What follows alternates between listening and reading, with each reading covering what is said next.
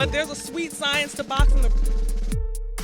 There's a sweet science to boxing. The best and the coolest thing about my career is called the sweet science. There's a sweet science to boxing. It's to hit and not get hit. Let's get to it. So as you guys already know, Tank Davis is back in camp. Tank Davis is possibly going to have another fight before 2024 ends. But who is his opponent going to be, and on what date is the fight going to take place? Well, a lot of people seem to think that the date could be November the 2nd, and it's because of this right here. I know some of you guys have seen this floating around. Pro boxing event, it says when Saturday, November the 2nd, 2:30 p.m. through 10 p.m. where T-Mobile Arena, Las Vegas. Description: TGB Promotions will promote a professional boxing event at the T-Mobile Arena. Well, listen, I know this is going around, but I hate to break it to you, this is probably just one of their event dates. Just one of them. They usually reserve multiple dates and multiple places. And I know some of you guys are probably already saying, well, how you know it's not this date? And how you know it's not the T-Mobile Arena? Well, because if you go to the actual T-Mobile Arena site, you will see that they already got that date booked for a hockey event. Boy, ain't no fucking way, boy. Boy, ain't no way, boy. That's right. The Utah Hockey Club versus the Vegas Golden Knights. And you can see it says November the 2nd, 7 p.m., T-Mobile Arena, Las Vegas. And I doubt that they're going to move their hockey game that's already scheduled for a boxing event where they don't even know who the opponent is going to be.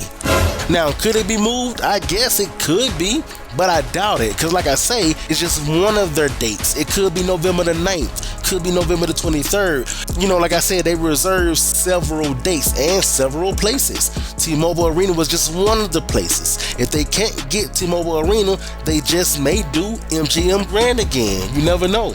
So that November the 2nd at the T-Mobile Arena for Tank Davis, take it with a grain of salt, because they already got a hockey game already scheduled to take place there.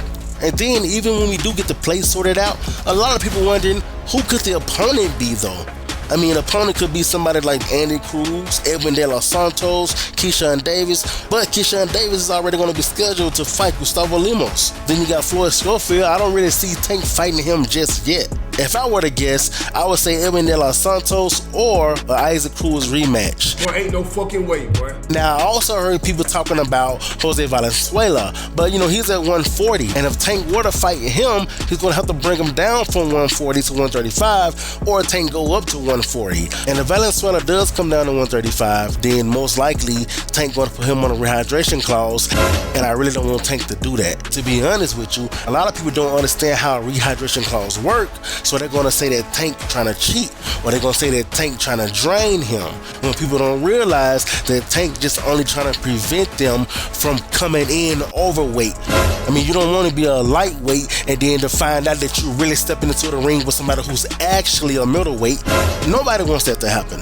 So Jose Valenzuela, I hope that's not the choice for right now. I personally would want to see Tank go at somebody like a Edwin De Los Santos, or maybe even Andy Cruz, or else even a Isaac Cruz rematch. And for anybody who's going to say, well, what about Lomachenko? Well, you got to remember, Lomachenko allegedly pulled out of the negotiations. Now they saying that he's going to take the rest of the 2024 year off. So he's not going to fight anymore this year anyway. So he's out of the question. Keyshawn Davis is out of the question. Shakur Stevenson is out of the question because he's finna fight Joe Cordina. And the only one left that I think could give Tank a real challenge at 135 is somebody like a Edwin De Los Santos or even an Isaac Cruz rematch. But Isaac Cruz himself will also have to come back down to 135 from 140 because that's where he's currently at.